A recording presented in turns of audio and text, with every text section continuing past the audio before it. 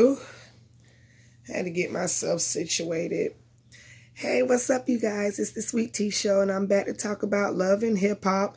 And y'all already know what season this is. This is Love and Hip Hop, Hollywood, season 5, episode 1. No, I think this is season 6. Yeah, I think this is season 6, episode 1. Yeah, season 6, episode 1. So, before we start talking about, well, we are going to start talking about it, but I just want to mention Love and Hip Hop Hollywood. It was giving me Family Hustle tease, that show with T.I. and Tiny. The way they was editing the show, like they was showing them more in the confessional than they did in the actual show. It was quite different, quite weird. Like, I don't know, it wasn't giving me the Love and Hip Hop tease. It was just giving me another franchise tease. Like I said, it was giving me that Grand Hustle flow, whatever that show is called. I don't watch T.I. and Tiny, so, but that's what it was giving me. So I was just like, okay. So that was one thing I noticed. Also, I noticed everybody in their confessional looked a mess. Like, a mess. I have to say, Moniece at the end was the only one I thought looked decent in her outfit besides Lyrica. Like, princess dress or whatever that was, shirt, it was too big on her. Like, Ray J like a news salesman.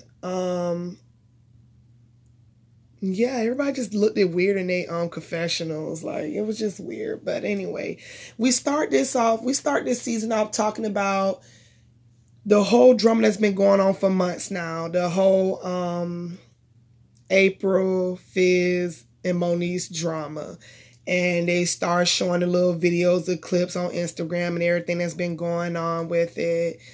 And they showed how April and Omarion basically broke up, but April says she been dating Omarion for 4 years. If y'all see me moving a lot, I'm trying to get my back comfortable. My back been in a little bit of pain lately. But anyway, yeah, so April says that she been dating Omarion for 4 years. In those 4 years, they had 2 kids together. After her daughter was born, 2 months later, Omarion and her just broke up. She never knew why they broke up. She claimed that Omarion wanted to get a restraining order against her and get full custody of the kids. So ever since then, she's been battling that. And out of all the people in her life, Fizz has been a good friend to her. Do I believe that?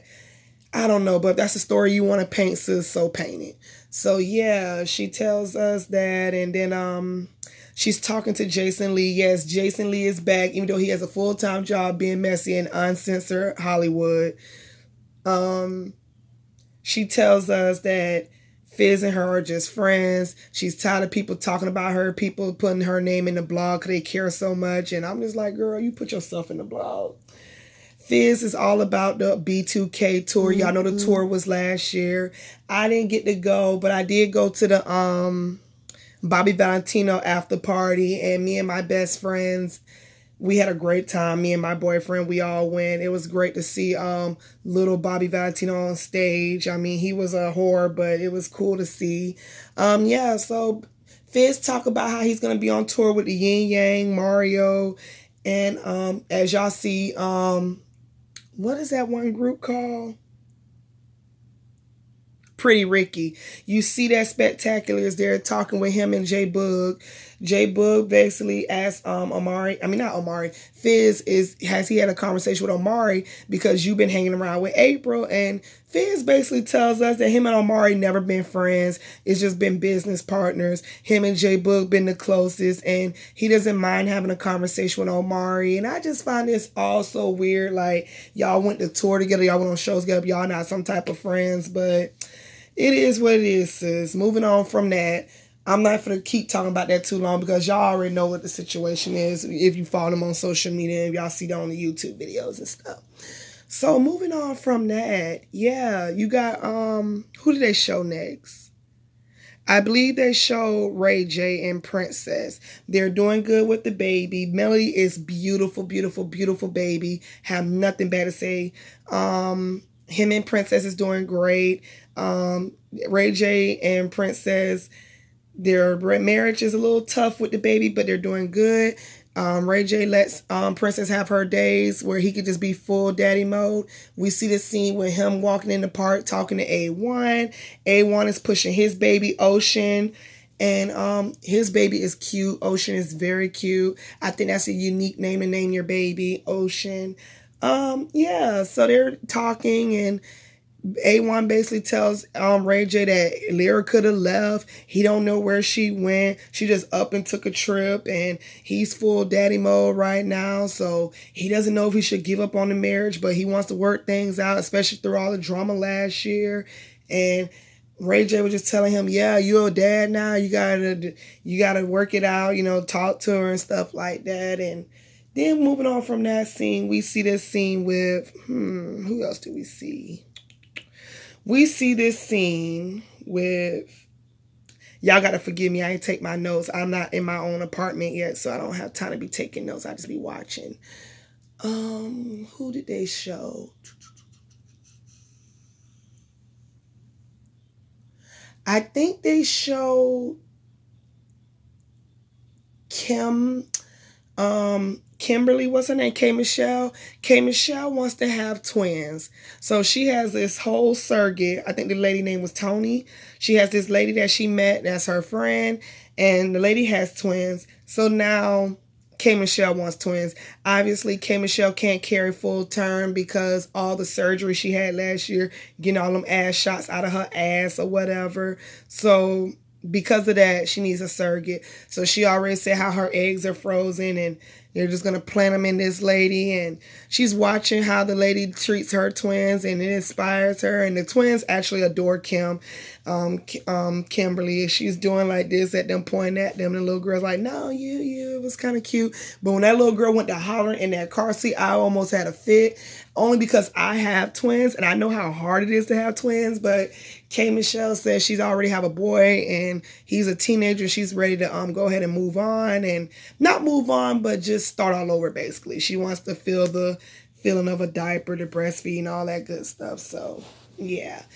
What else happened? So moving on from that, we later on see Lyrica.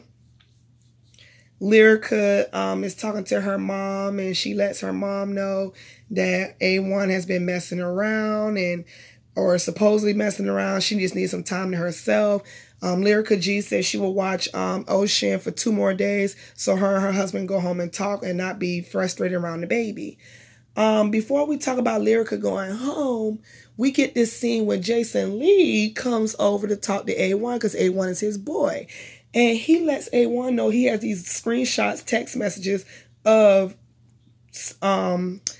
A1 and this girl named Summer Bunny. And if y'all don't know, Summer Bunny is the same chick that messed with Offset while he's married to Carly B. The same chick that was crying saying she did not know he was married. So moving on with that. So Summer Bunny basically has these text messages of A1. I'm not sure what they said, but then Jason Lee also shows A1 this video of her and him FaceTiming each other, and she's all on the camera talking about oh, do you miss me? Why are you acting that way? Where are you? A1 is basically telling her he's in the studio. She's saying, you acting real funny. I'm going to call you back later when I'm in my bed or whatever. So A1 doesn't deny it. He can't deny it. He just realized he didn't know he was being recorded. So Jason Lee was like, yeah, I got this. Now I don't know what to do with it. So A1 basically tries to threaten him. Saying, you better not post it. I need time to talk to my wife or whatever.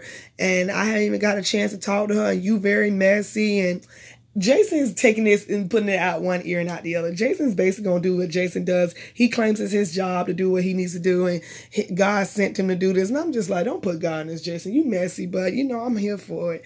So later on, we find out that Jason still posted the blogs. He posted it out there.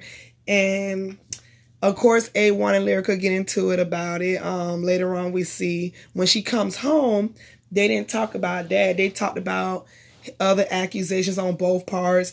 A1 tried to flip this on her, like, where have you been? I have no idea where you were. And she was like, well, I don't know what you were doing while I was gone or whatever. I have girls DM me, telling me you paid for their boobs to get done. You buy them jewelry and He's sitting up here talking about some of the stuff that happened last year. What we not gonna do, we're not gonna talk about last year because we all know her and Safaree didn't do nothing. That I'm not gonna hear that this year.